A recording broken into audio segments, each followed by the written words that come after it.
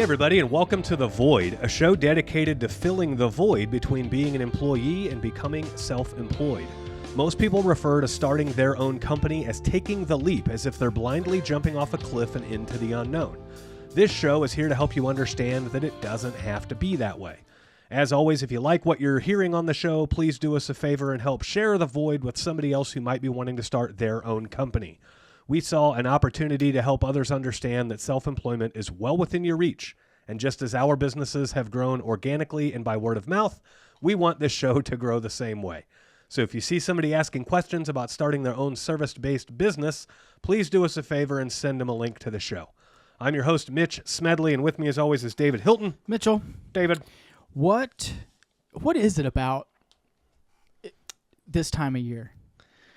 Just like it seems so, we talked about this a little bit before the show, it seems so slow and like people are just kind of stagnant. Yeah. Everyone in trade winds is slow. Guys I know around here, and even in the HVAC space, dude, it's hot. Yeah. They're slow. They're only getting repairs. It just seems like so, like you said, stagnant. Yep. It's boring. Yeah. It's just lame. Yeah. I can't figure it out, man. I can't quite explain it. We are... Are you guys slow too? We're slow-ish. Yeah. Yeah. Now, part of it, too, like from when we started our company to now, our pricing's totally different. So we're running less calls, but we're making the same amount of money. So we're working less for the same. That's not a bad thing. No, it's not. But, yeah, when you're the cheapest guy in town, it's easy to be the busiest guy in town.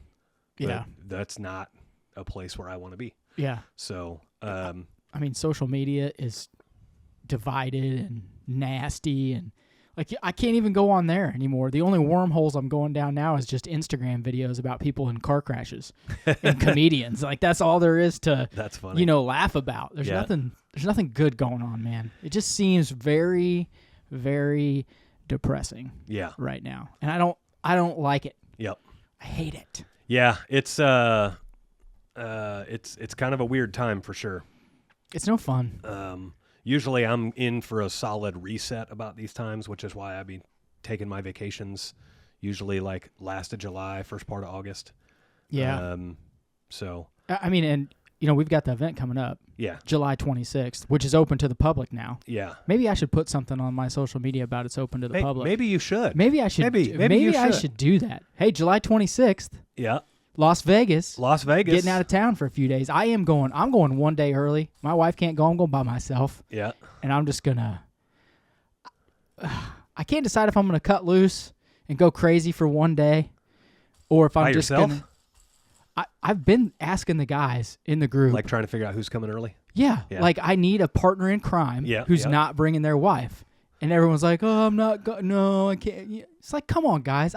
Can I get one motherfucker to go crazy with for like one evening? Yeah. Like eat a $200 steak, gamble away $1,000. I don't think. Get drunk, have to we've call already Mitch bought and our drive me flights. back. Danielle and I have already bought our flights, but they're for Friday morning. Yeah, well, I can't partner in crime with you. You have your wife with you. Oh, she'd partner in crime. No, she'll narc the fuck out of us. She'll snort blow off a hooker's ass just like everyone else First will. off, she's never done blow, okay? We know damn well that ain't true. Can you imagine if she had... Dude, she's crazy as fuck now. Mm-hmm. Mm-hmm. I don't even want to be in the same fucking state if that happens. I don't want to be no part of that. Yep. That's just crazy, 101. Yep. So if you want to come and you listen to the podcast...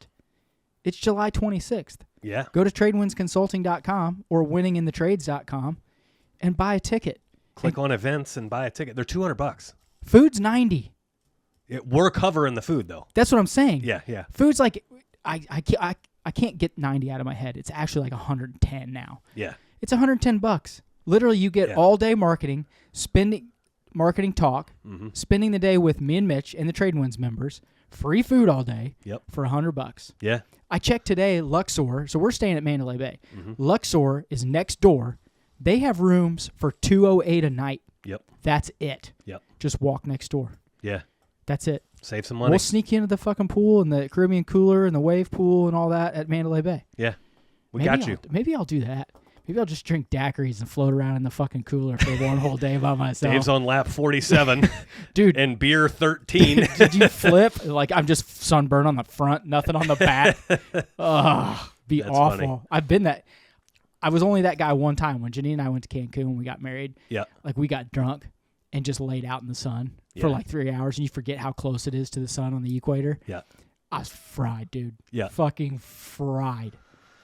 Ugh. Yeah. That's crazy. See, even your energy's low. Oh, mine's Tired. way low. Yep.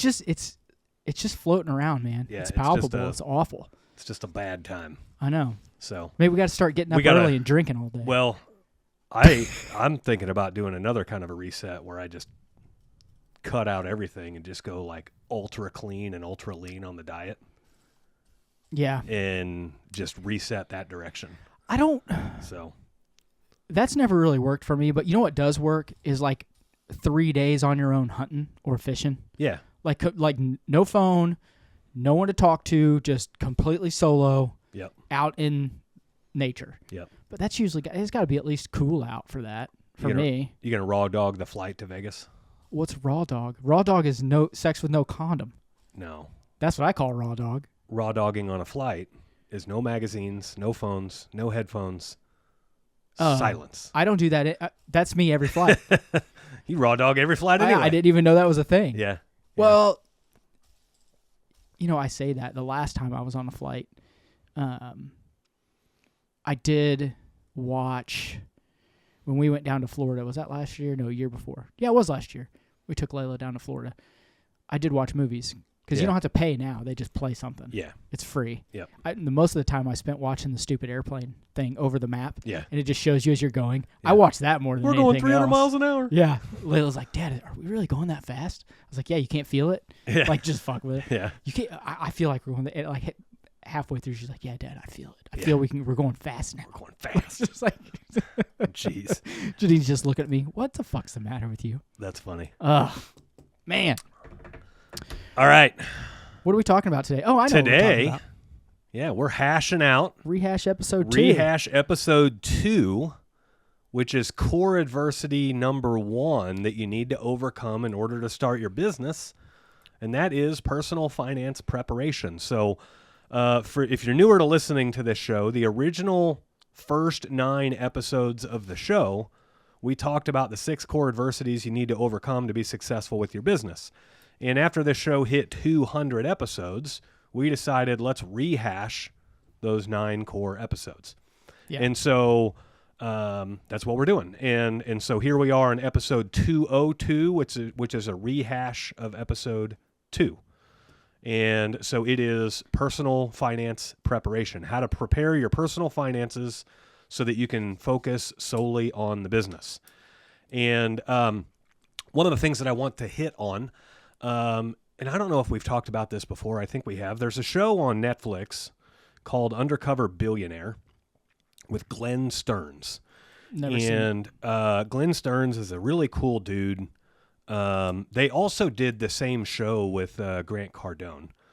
But a lot of people don't like Grant Cardone. No, he's a huge douche. Yeah. I can't believe they let him do his own media. And so this one was with Glenn Stearns. He's kind of more of an under-the-radar kind of guy, but very brilliant guy. And so basically they dump him off on the streets of Detroit.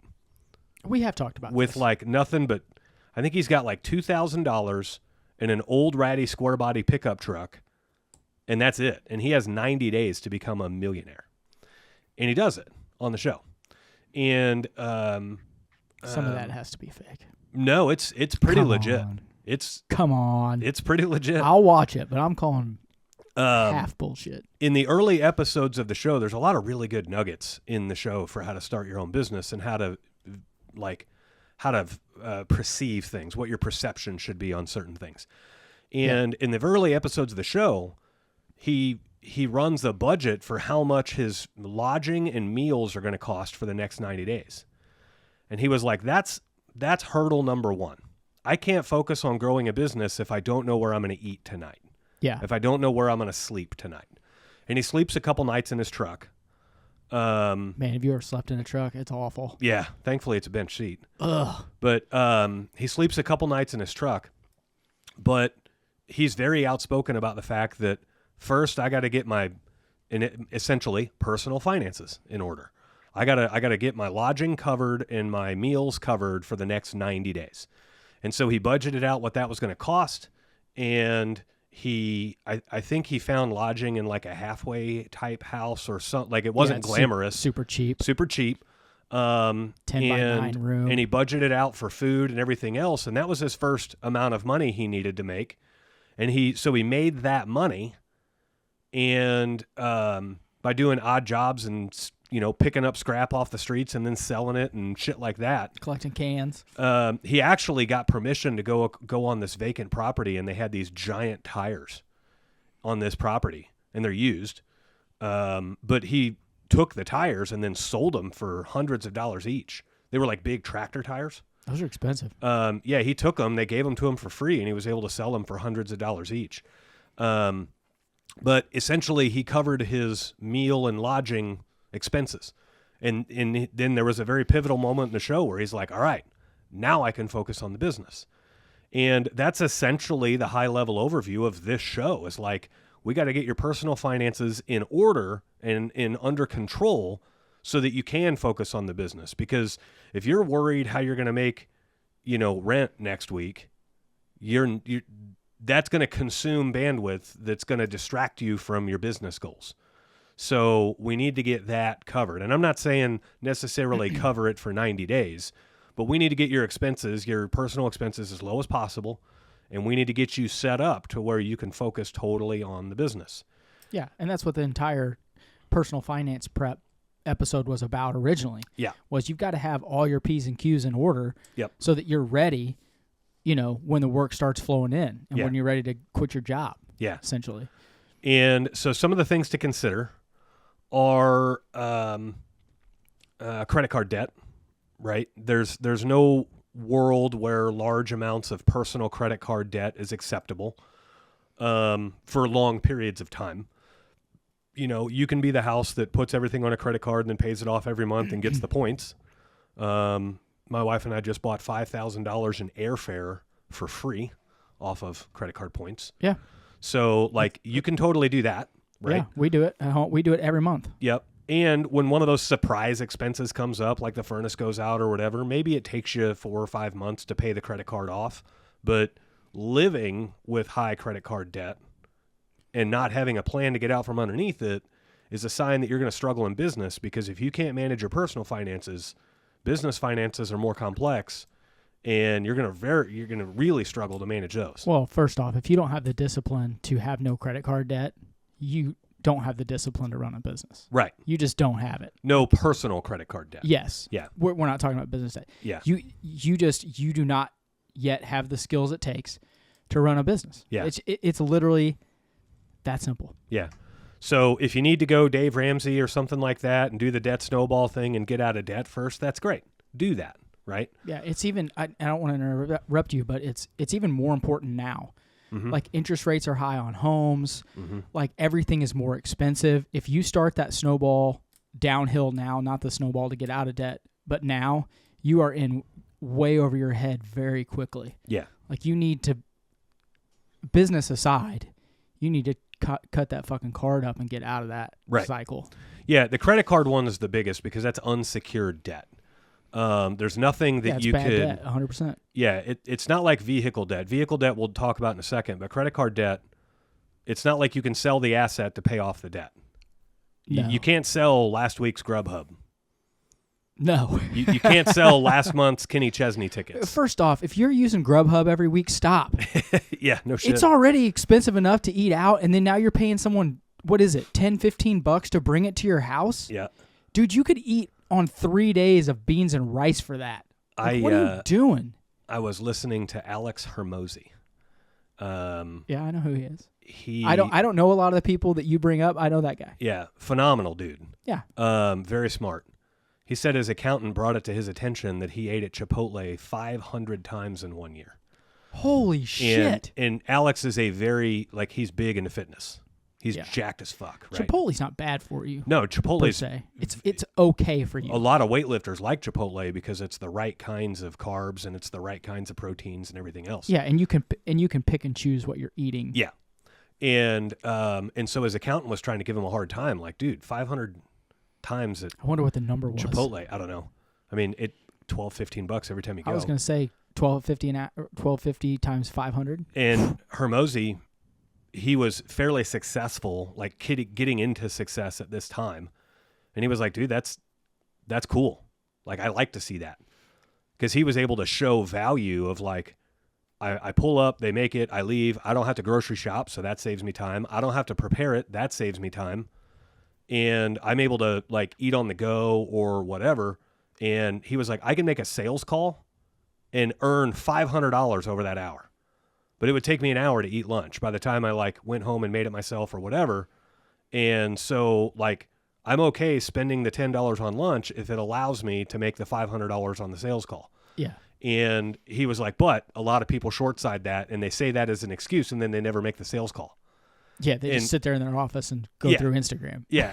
And so, you know, there's times where spending money makes sense.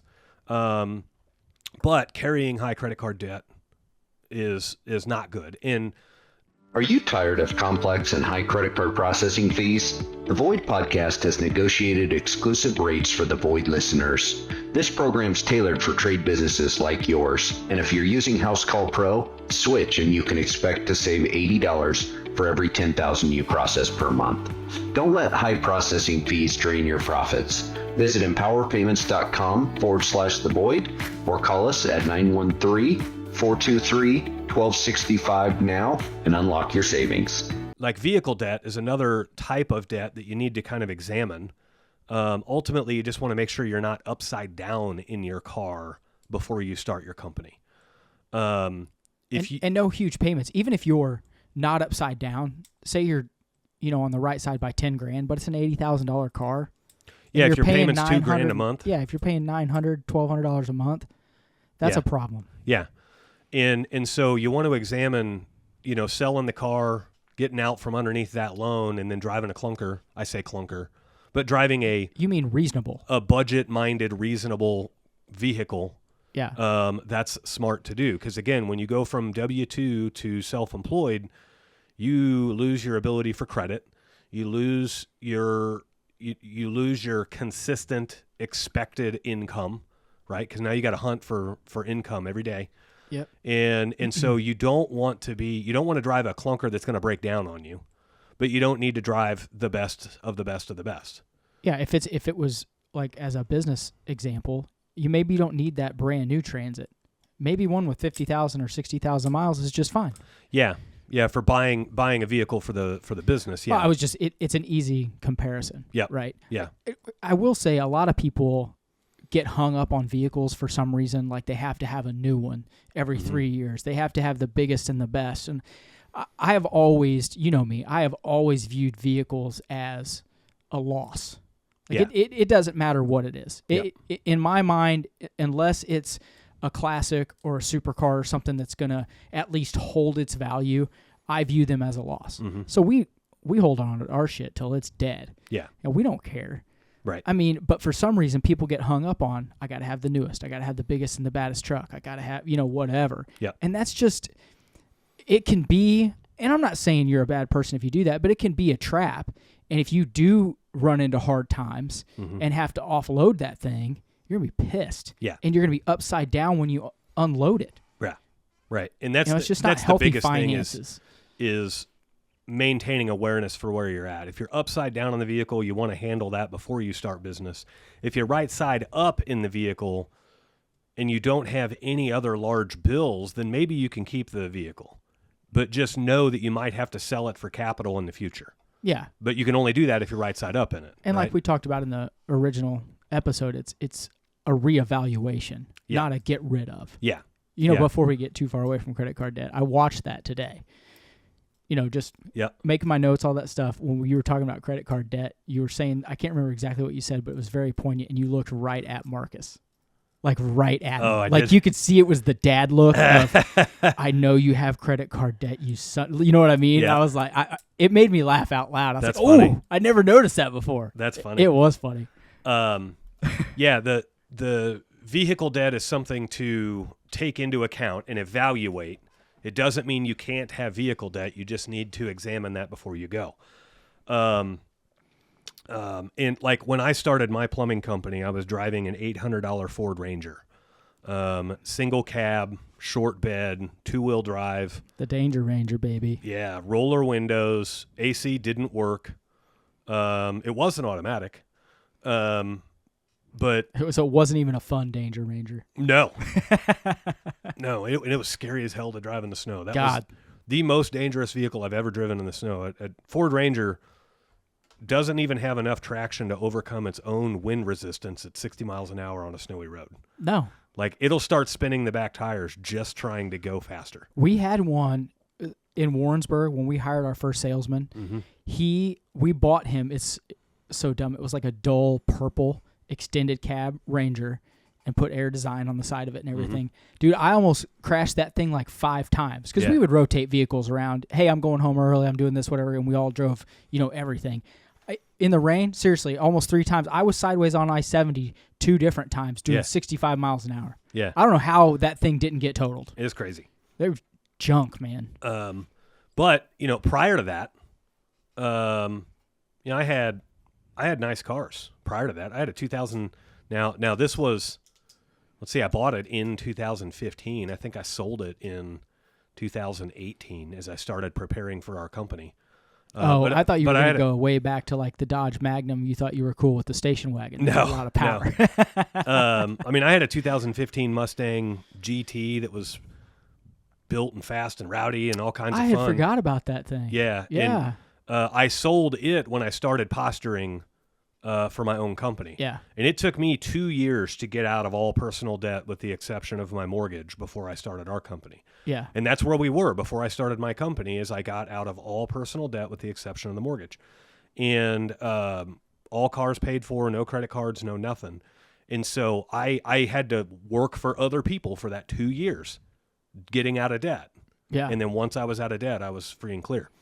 And part of that was getting rid of the fancy Mustang GT. Did it pain you at the time, or did it excite you because you knew that like I have the level of commitment that I'm going to get rid of this thing that I love? Yeah, I was to do excited. something else I love. It helped that at that time I also had an '89 Mustang that was a sleeper. Oh, Betty White. Betty White, yeah. And that car was paid for. And as I was building that car was really fast. It looked like a 4-cylinder Mustang, but it had a giant turbo on it. And well, I don't want to derail us. Was it a 4-cylinder turbo or it V6 was a turbo? No, it was originally a factory. It was a 4-cylinder automatic car. Gotcha. And I got it given to me by a plumber friend of mine. His parents were getting rid of it, and they were like, "It doesn't run. Just take it." It's been in the garage for 14 years. Holy shit. Yeah, they were like, if you tow it out of here, you can have it. And it had a broken window. Dude, if anyone wants to give me a free car, I will always take it. I don't care how big of a piece of shit it is. So I towed it out of there. I had to put new tires on it, 14-inch rims, 5-inch wide tires. They cost me like $18 each for tires. At Walmart. Yeah. But I, new plugs, new fuel filter, got it up and running, drove it to work and back for like a week. And I'm like, oh, cool. And then the motor blew up in it. Oh, shit. It didn't like coming out of a 14-year slumber. Yeah. That stuff doesn't work when it's not run, And so because now I've got like a whopping $200 invested into this car, I'm like, well, I can afford to do some motor stuff. And I'd done a little research and found out that you can actually convert those to a 2.3 turbo fairly easily. Yeah. And so I did. And I did it all in my garage, converted it to a 2.3 turbo. Was it a turbo? Yeah. I was thinking it was supercharged. No, it was turbo. Oh, shit. It had a turbo from a 5.9 Cummins turbo diesel on it. Of course it did. Yeah, it's an HX35 turbo for you gearheads out there. But that thing drove like a 2-stroke. It was gutless down low, like off the stoplight, wouldn't even do a burnout. It takes a little while to hit that power band. But once you hit about 15 miles an hour, man, it would come to life and start making all kinds of noises nobody expected to hear out of that car. Turbo whistles and wastegates blowing off, and it was so cool. And I mean, we had a lot of, like, I did all of it in my garage. Built the motor in my garage. I bought a welder and learned how to weld on the exhaust in my garage. Yeah. And I put dual exhaust on it, but hid it behind the bumper, and then I welded the single rusty, crusty tailpipe back on. So, like, it looked like a 4-cylinder. Of course you did. I don't remember that. So that's why I didn't feel bad about selling the nice Mustang. Yeah. That one was nice too, but it was old. I didn't feel bad about it because I had told myself, like, if I build this car and it has so much as 300 horsepower, it doesn't weigh anything. That's fast. So, yeah, a 300 horsepower Fox body Mustang is just as fast as a 450 horse new Mustang. Yeah. And so, ran it on the dyno, did well over 300 horsepower, and I'm like, well, this car is more fun to drive than the 15, and it's paid for. Have you seen that thing? I know we're going to move on, but Joe Rogan talking about cars. You know, he's rich and has tons of money. He's like, you know what my favorite car is? My original Porsche air-cooled turbo 5-speed. Yeah. He's like, it's not that fast, but it feels fast. Yeah. And when you're driving it, it's fun. Yeah. You know, it's like that Camaro that we have, that 68 Camaro. Yeah. It's not fast. Yeah. It's a 350 out of an old C10. You know, Yeah. it's probably got 210 It's got 220 horse. horse, yeah. Yeah. But you know what? It's fun as shit to drive. Yeah. Like, you feel like you're driving it. You're Yeah. on the ground. The rear suspension sucks. Yeah. But you feel like You feel you're the driving bumps, something. you smell the fuel. Yeah. It's not like a Rolls Royce that's got, 800 horsepower and does 0 to 60 in, 4 seconds at And the 5,500 pounds, but you don't feel it. Yeah, because the suspension's too smooth. Yeah. It's just, it's like driving around a house. Yeah. It's just not as much fun. Yeah, we I ended up, actually, it's kind of funny we're talking about this in personal finance prep. I ended up selling that Fox body to start our company. So I drove So you sold the green one to get out of debt. sold the green one to get out of debt and start lumping the payments of the finance green prep. one towards credit card debt. Gotcha. And then, so we got out of debt, and I owned the Ranger outright, and I owned that Fox body outright, and I owned my wife's car outright. I don't mean to be personal, but did you have a lot of credit card debt? Yeah, we had about. Did you really? Yeah, we had about 20 grand in credit card debt. I mean, in the grand scheme of things, it's not crazy, and it socks away. Like, you pay it off pretty quick when you're dedicated, adamant about doing it. Yeah. Yeah. Well, it's as a business, when you hear $20,000, you're like, whatever. Yeah. But as a, two people working, and 2 kids and house and all that, and you hear 20, it's like, oh shit. Yeah, that's a lot. And I don't I'll mean take to a bring step up back. your, I don't want to say it was 20 grand in credit card debt. We had about $20,000 in total debt. Oh, well then that's So not bad. some of that was my wife's car. And so we wanted to get her car paid off and all the credit. I can't remember the exact split. It's probably like $8,000 on the car and $12,000 in credit card debt, if I had to guess. That's not bad. And I don't mean to bring up your personal stuff, but no, that's fine. Sometimes it's refreshing to hear people's real stories of, hey, this is where I was at, and this is what I had to overcome to get there. Yeah. So that people don't feel like we're talking over their heads or, oh, they're successful and they're this and that. No. Yeah. We started out like everybody else. Fucking broke, spending money in ways we shouldn't be spending money, having toys we didn't need to have. Right. Had to make those sacrifices to get where we are now. Right. Yeah, my wife's car was a 2013 Ford Fusion, which is a solid car. I'd recommend that car to anybody. They seem to be fairly reliable. Yeah. That's why they quit making them. Probably. Yeah, we can't sell new cars if these are going to last forever. Ours was the 2-liter EcoBoost model, and I can't really attest to anything else, but like all I ever had to do on that car was like wheels, tires. The thing had fragile wheels. You'd hit a pothole and bend a rim. Yeah. Or a curb. Well, you'd hit a curb. You'd hit a curb and destroy the rim. She was a curb popper. But I mean, you just drive around and hit just a normal everyday pothole and the rim would bend. So wheels were an issue on it. I had to replace like the rear struts, maybe brakes, and then I had to replace a motor mount, and that was it. That's not bad. Definitely nothing major mechanical. I think I had to replace the battery in it or something, but nothing major mechanical. That doesn't even count. Batteries don't count. Right. And so we wanted to get her car paid off, and it was still good and reliable. The Danger Ranger was not glamorous, but it was reliable. The Fox Body Mustang was not reliable because it was a hot rod, But I had the Danger Ranger. Yeah, shit blows up at any given moment on a hot rod. Yeah. That's what turbos are made for. To crack heads. And this was a Chinese turbo too. So it's one of them spoolie boys. But so we ended up, I put my dreams and aspirations on hold for 2 years and focused hard on getting out of debt. And then the last straw before we started our company was I sold the Fox Body Mustang for $6,000 in like January of 2020. And I used that $6,000 to finish my basement. And it provided all the material to finish the basement. And then, keep in mind, this was 2020 when COVID was going on. And interest rates were and interest rates were 2.49%. super cheap. Yeah. And so I wanted to finish my plan for us to start our business was I was going to refinance our house, reset the mortgage out to 30 years just to make sure we got the payment as low as possible before we embarked on an unknown financial journey. And then I wanted to get a home equity line of credit on the house. And so in order to get that home equity line of credit for as much as possible, I wanted to have as much finished square footage in the house as I could. Yeah. And so there was strategy to it. Sell the car for $6,000, take that $6,000, invest it in the basement. All right, so you've newly started your company and you're trying to pinch pennies. However, you don't realize the biggest thing that's hurting you right now is not gathering all of your information into one spot and making it super efficient for you to use. So the answer is Field Pulse. It gets you off of paper tickets. It gets you off of all of that crazy office work at the end of the day and reconciling all that stuff. And it lets you organize everything with ease. It puts it all into the computer. It actually puts it all into the cloud. So it's not even putting it on your computer. And it lets you organize your customers. It lets you organize all of your service calls. Heck, it'll even route you to your service call. And the best part is, even after all of that, you'll probably realize about a 100% growth in your business just in the first year of using Field Pulse. So if you'd like to check out Field Pulse and see what great looks like, click on the link in the description of this. And then reappraise the house, refinance the house, and do a home equity line of credit.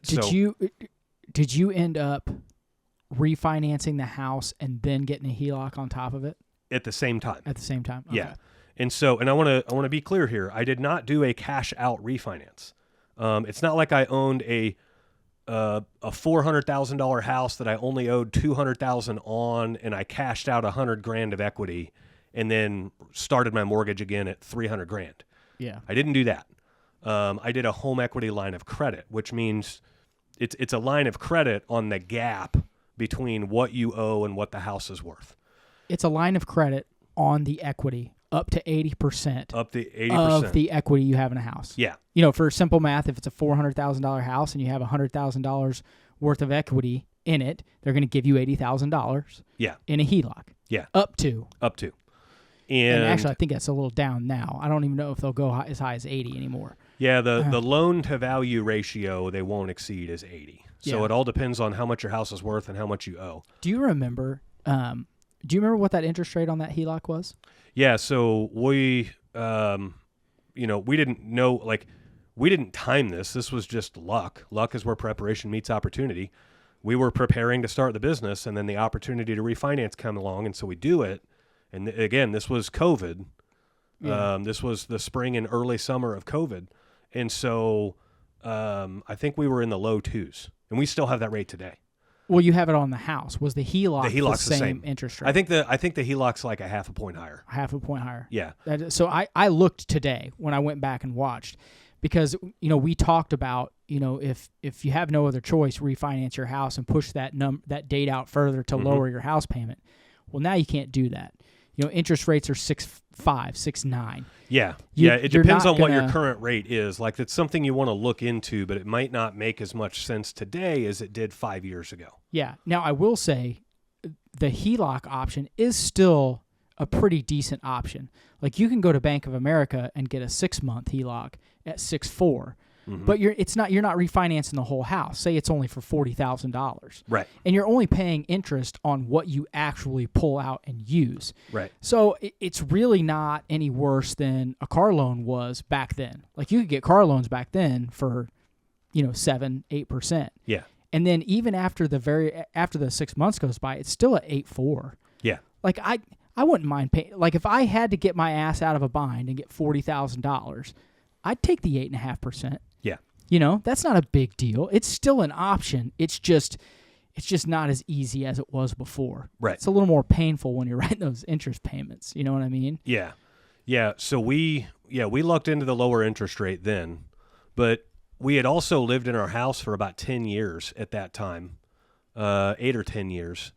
And we bought our house at a great price. We built our house, but built it at a great price. Home values had skyrocketed between then and where we were.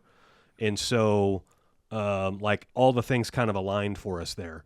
But we were able to reset the mortgage back out to 30 years. And what that did was it allowed us the lowest possible payment. And so if we had a tight month in business, we weren't committed to a giant payment on the mortgage. And when you restart it back to 30 years, your payment typically goes down if the interest rates are relatively comparable. And so the idea was we're tied to a smaller payment now. However, if the business does well, we can go right back to making the same payments we used to, and the house will pay off at the same time it would have. So the refi was more of just a safety net than anything else. Well, if work dried up for a month, yeah, you didn't have to pay that $3,500. You only had to cover your $1,800 payment or $1,900 or $2,000 or whatever it was. Right. You know, and get your ass out of a bind, and then just double up the next month or get back on track the next month, and it wasn't a big deal. Right. You know. That's the value of preparing your personal finances on the mortgage side of things appropriately. Well, and let's be honest. That was 3.5 years ago. We shot that. Yeah, we shot that 3.5 years ago. I did the refi 5.5 years ago. Yeah. But that doesn't mean that interest rate, like we're talking now, a 30 year is 6.7, 6.5. That's not to say that here in another year, if the economy keeps rolling like it is, they may go down to 5.5. Mm-hmm. If they lower the interest rate 1.5 in the next year, this is still completely viable information. Right. When it comes to refinancing your mortgage, especially for those of you that, you know, got an interest rate on the way up. Yeah. You know, you may have got in at 5.5. Yeah. Or 6, which, let's be honest, like in 1982 when house interest rates were 12%, you know, that people would have killed for that. Yeah. You know, but now as it starts to come back down, it becomes a more viable option. It's not going to be forever that it's at 6.7, 6.5. And you don't have to do both. You don't have to do the refi and the HELOC. If you've got a great rate on your house now and the refi doesn't make sense to reset it out to 30 because the change in interest rates would make your payments very similar, then don't do it. That would be a stupid thing to do. Yeah, you can do a standalone HELOC without the refi. And like you were saying earlier, the cool thing with a HELOC is if I need $10,000, I pull $10,000 out of it. And then I use that $10,000 for business and I turn that $10,000 into $14,000 through hard work and sweat equity, right? Yeah. And so then I take the $10,000, I put it right back in the HELOC. Yeah. And then I hold my $4,000 in my hand that I've earned by using my 10, right? And so then you roll with business that way. And then something comes up and you need another large chunk of change. Like I used my HELOC like I was my own banker. Because again, when you're new into business, when you're new into business, you don't have credit. And so you got to find a way to have credit when you don't have it normally. And so I use the HELOC for that. Yeah, it's basically, you know, it's kind of like having a $50,000 credit card that is only at 8% instead of 33%, like most credit cards. Yeah. It's actually it can actually be a very, I don't want to say smart, but it can be a very safe net. Yeah. For when you get out on your own. You know what I mean? Because you never know. Yeah. You buy a Transit that's got 60,000 miles and the engine blows out of it. Well, you don't want to take all your payroll money and do that. Right. Well, now you got the HELOC and it's only 8%. Right. 2 months you pay that thing off, the money's still sitting there. Right. You know, it can be very handy. Yeah, and for the finance novices out there, credit cards are unsecured revolving credit, and that's the most volatile. Unsecured means there's nothing to sell to pay off the loan. It's there's no attachment to that loan to any asset of any kind. Your mortgage is a secured term loan, meaning it's tied to the asset that is your house, and then it's got fixed terms. The revolving credit, there's no fixed terms, which means it may take you forever to pay it off. Yeah. Whereas the mortgage has a fixed term to it. Same with a vehicle. It's a secured fixed term loan. Yeah, it has a scheduled amortization. Yeah. Yeah. And so the HELOC is kind of a cool hybrid between the two because it's secured revolving credit. And revolving meaning you can max it out and pay it off and max it out and pay it off constantly. But it's secured, which means it's attached to the asset that is your house. Yeah. So just some basic finance stuff there. Other things that you need to consider before starting your company is adjusting the quality of your life for a little while. If you're the type that likes to keep up with the Joneses and be flashy, it's going to be very difficult to succeed in business early on. If you're the type that likes to be seen out at the club and likes to be seen posting all the bling and the fancy shoes and the fancy watches and everything else, that might get you in trouble early on in business. Well, your priorities are out of whack. Yeah. Like that's just, if you've got a transit payment and you're barely going to make it, and then you're out at the club, like you said, or out at Marina 27 spending $600 on dinner, right? Your priorities are out of whack. Yeah. And that gets back to the discipline thing that we were talking about earlier with a very expensive car. Like, it takes discipline. You got to get rid of that thing. Yeah. You can't be wasting money, especially in the first 2 years of business when things are very volatile. You have to be disciplined. Yep. You have to have your priorities straight. You have to have your ducks in a row. Yep. And you have to be very consistent and very dedicated to the way that you're running that business so that it can be successful. Yep. You can't just be running around willy-nilly like a fucking idiot. Right. Like you said, well, check out my Rolex. We had a great month last month. Yep. Come on, man. Don't be stupid. Right. You haven't been in business for 6 years. Yeah. Or 10 years. Yep. Don't act a fool. Yeah. Yeah.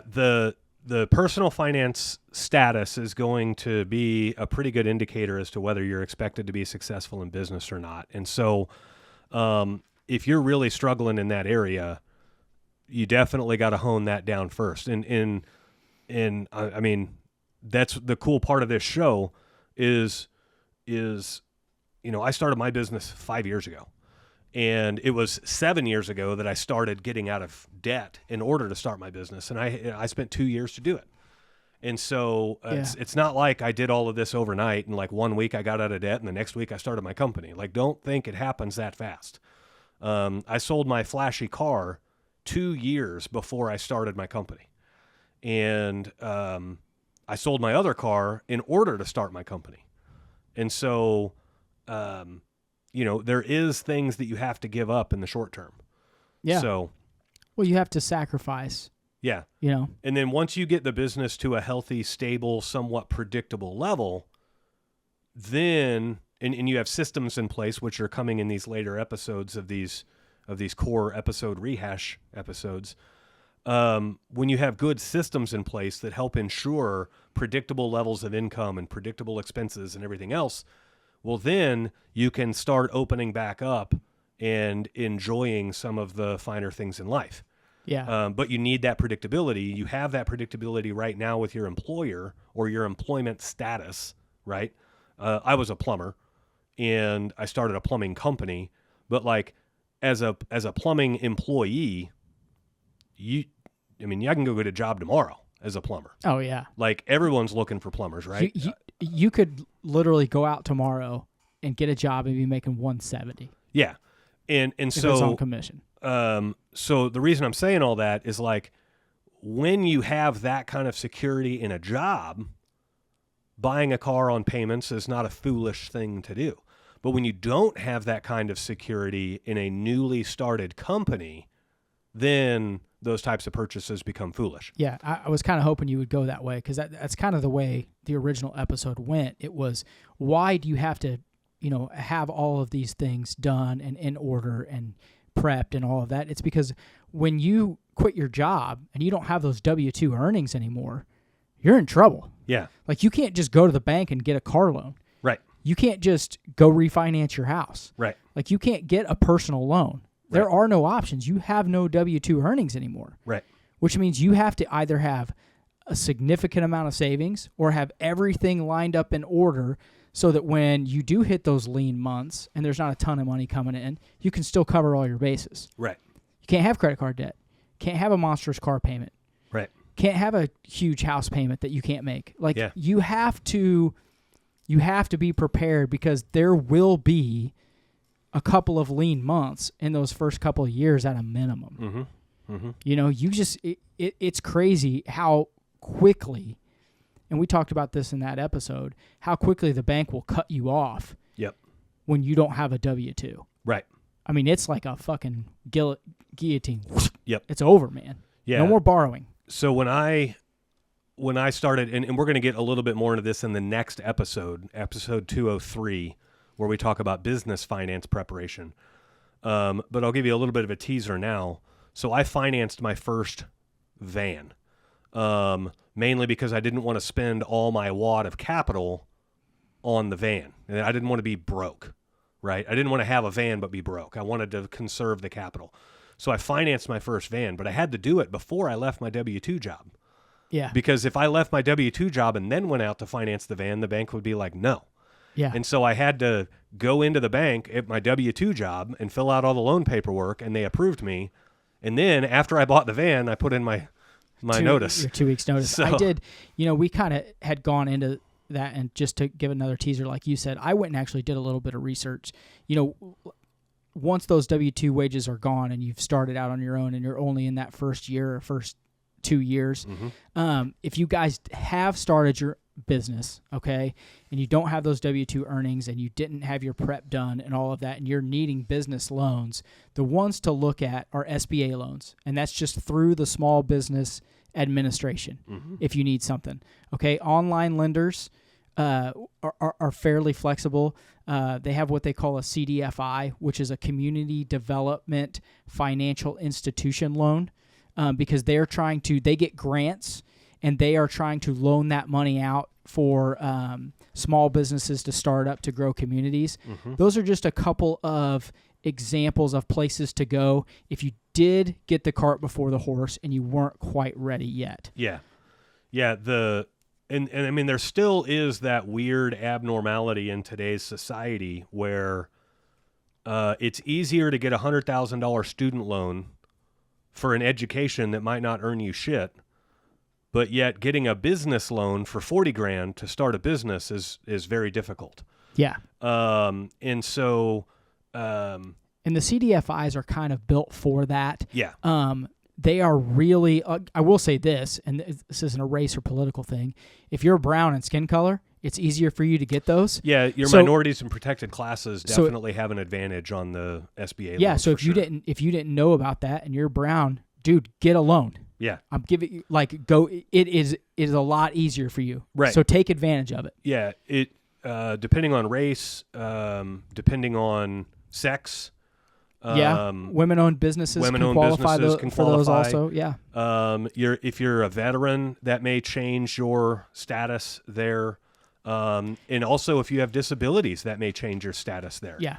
And so basically any of the protected classes do have, that is one area where they've leveled the playing field and said, no, we're going to make it, a little easier for this person to get it. And rightfully so. Yeah. And the SBA, the Small Business Administration loans, they're a lot like that as well. Yeah.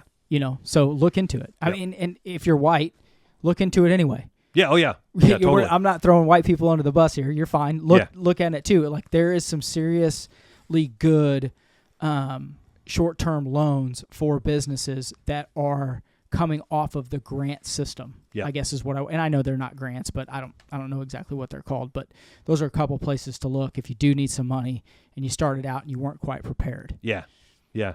So, and for the active listeners of this show that follow me on social media and stuff too, I'll probably use this as inspiration to make a post about that old Fox Body Mustang that I sold to start my business. I'll probably find some pictures of it and post it and talk about how right about now, 5 years ago, I was selling this car to start our business. So, I mean, it was a little over 5 years ago, but, so yeah, you'll get to see, if you follow me on social media, you get to see the pictures of that. So. I know we're going to wrap up the show here in a minute, but I do want to we talked about side work in the first episode.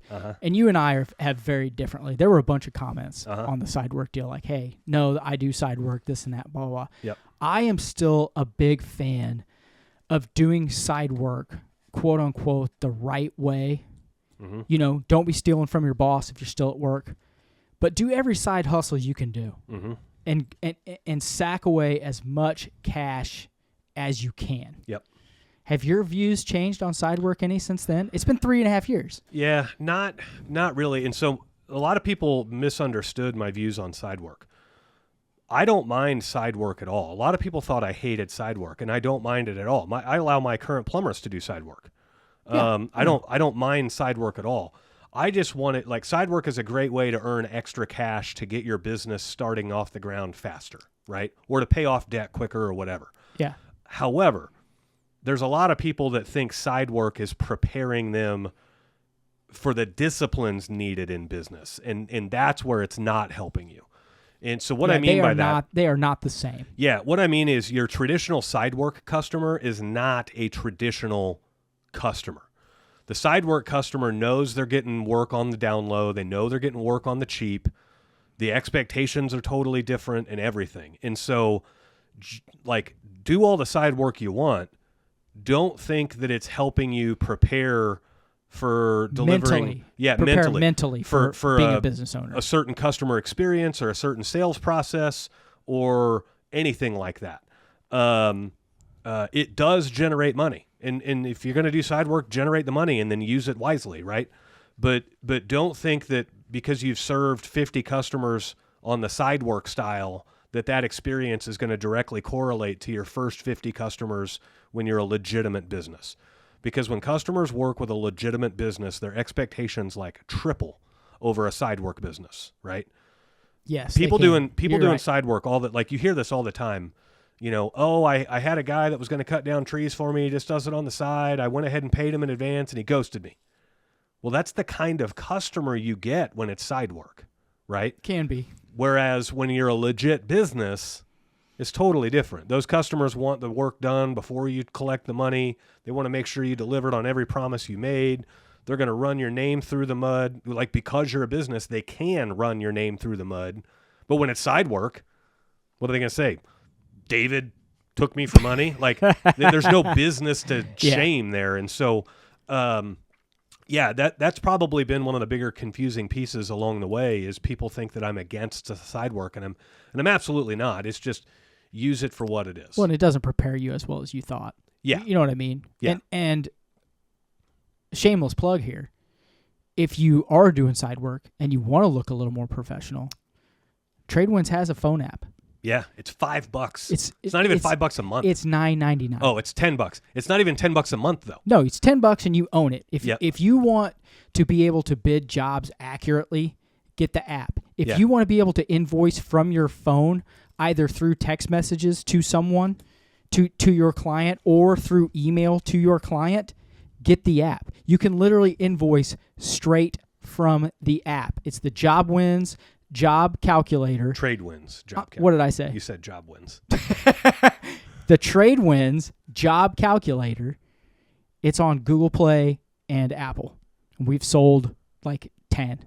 Okay, we know it's not going to be some big giant money-making app, but if you seriously need an easy way to invoice, it's $10 freaking dollars. If you don't want to pay for House Call Pro, what's House Call Pro now a month? It's probably $400 a month. What's QuickBooks a month? 68? You can invoice through QuickBooks, and it looks shittier than the one that we created. QuickBooks invoices suck. So we know it's on Apple. I'm looking through my Google Play Store, and I can't find it yet. It is on Google, but you have to have the link because the way that their algorithms work, you have to sell over so many. Before you show up in the search results? In the description of the show, both of those direct links You'll have the link in in there? Sweet. They've been in there for 6 weeks. Cool. They are in there. Sweet. So, you know what? And I haven't posted a lot on the Void Facebook. Right. Because that's supposed to be your job. But I will make a short and a link, and I'll give it to you to post on there. Yeah. How about that? So people can find it. Sounds good. Easy. So that's going to wrap it up for this show. If you guys have questions as we're going through these episodes, our emails are also linked in the description of the show. You can send us emails and ask all the questions you want. Ironically, I'll answer one of the questions here. I got a great question over the week, and it's one that we've never been asked before. What? Yeah. Yeah. And so let me... And while you're looking that up, I'll say we talked about the event before. The link is in the description of the show also. You can find that if you... Come and hang out with us. Yeah. I mean, if you want to get completely canned on Friday night and come hungover just to eat the food and listen to a little bit and then go out with us Saturday night, you can do that too. And we don't care. No discrimination here. We're not picking up the bar tab by no means, but last year I did sweet talk a male bartender into covering our entire tab because he was trying to hit on me. I'm not saying you guys went to the bathroom together. I don't know what happened. No, we never lost sight of the public group. I wasn't there. But there are definitely some incriminating photos where the guy caught me off guard. Dude, Chris and Panette started grinding on me in front of everybody. It was a lot of fun. It was a lot of fun. And it was all in good fun, too. The guy didn't offend me. I didn't offend him. Yeah, like no one went to jail. There wasn't anything crazy. Nope. But everyone had a good we had fucking a fun time, man. All right, so Jake Bennett what emailed Jake Bennett it. have to ask? He said, "Hey, Mitch, first of all, I wanted to say I love the podcast, and I really appreciate you guys going over the core episodes again. I listened to the core episode 9, or the core 9 episodes so many times as I was starting my business, so thank you for those. Anyway, my question is about garbage. I'm planning on bringing on another guy soon, and if work keeps up at this pace, I was wondering what you guys did in the early days before you had a shop and regular garbage disposal. Right now, I throw everything away in my home trash can, but I can't expect my guy to do that. I don't live in a convenient area to have a dumpster for them to use. So did you guys just have the guys bring it in and dump every Friday, or how do I handle this?" That's a great question. He says, "I appreciate you and Dave, and I hope business is good." And so, solid question. It's one of those like overlooked things of like, it's the simple things that'll trip you up. How I handled garbage in my business was I worked a deal with my parts suppliers as I was getting all my pricing ahead of time. And we're going to go into this on the business finance prep side of things. But as I was working my agreements with my parts suppliers, I got permission from all of them to use their dumpsters and to dump scrap water heaters there. Yeah. And so, when I started my business, I was our only plumber for 9 months. Excuse me. And we already max out our trash here at the house with, 4 people living here. And so I didn't even want to try to throw work stuff away at home. And so, I'm going to the supply house 2 to 3 times a week anyway to refresh my truck stock. I would just dump my trash when I was there and in their dumpster, and it was all good. And they didn't care at all. They were like, yeah, dump your trash. We get all your business. Like, yeah, perfect. I did the same thing. So my dad's office building that was over off Nolan Road on I-70, I just paid part of his bill. So they had a commercial dumpster. Yep. And I'm not saying it has to be a relative or anything, but you can go to almost any business or any buddy buddy, quote unquote, that, hey, man, let me, use your dumpster and I'll pay you 25% of it. Yeah. 50%. Like, let's split it because you have space for it. And if you know someone that's in an industrial area or commercial area that can get one and they don't have one, ask them if you can just use their address. Yeah. And worst case scenario, get a trailer, take it to the dump. Yeah. Like worst case scenario. Yeah, worst case scenario. We also had an arrangement. So our parts house was about 15, 20 minutes away. But I'm friends with a restaurant business owner here in town. And so we also had an arrangement that if we ever needed to dump trash and didn't want to drive the 20 minutes, like we didn't need to go to the supply house, she was like, yeah, just give me a heads up and let me know, and you guys can dump trash behind our restaurant. Yeah, because most of the time they're locked up. Yeah. Around here. And, I mean, let's be honest. Even if you don't know someone that well and it's an acquaintance or whatever, and you go to them and say, hey, I'm not asking you to use this for free. Could I give you $20 to use this a month? Yeah. I'll just come over here and give you $20 cash. Yeah. People will do it 9 times out of 10. Yeah. They don't care. They want it's amazing to me how much people really want to help each other. Yeah. Especially when they're other business owners, because they know how fucking hard it can be sometimes. Right. You know? Right. Don't be afraid to ask. Yeah. So that's just one example of the types of questions we get sent in. But yeah, if you guys want to send in questions, feel free to do so. We love to answer them. This show in Trade Winds and everything that we do is all about providing massive value. One final thing here as we're going through all of this. When we were doing these core episodes originally, so the original 1 through 9, Trade Winds wasn't even a thought. And now... No, it wasn't. Now we have Trade Winds. And so... before on episodes 1 through 9, this show was all the free advice we could give you, but implementing that advice, implementation was very difficult because you'd get emailed in questions and everyone's situation's different and all of that.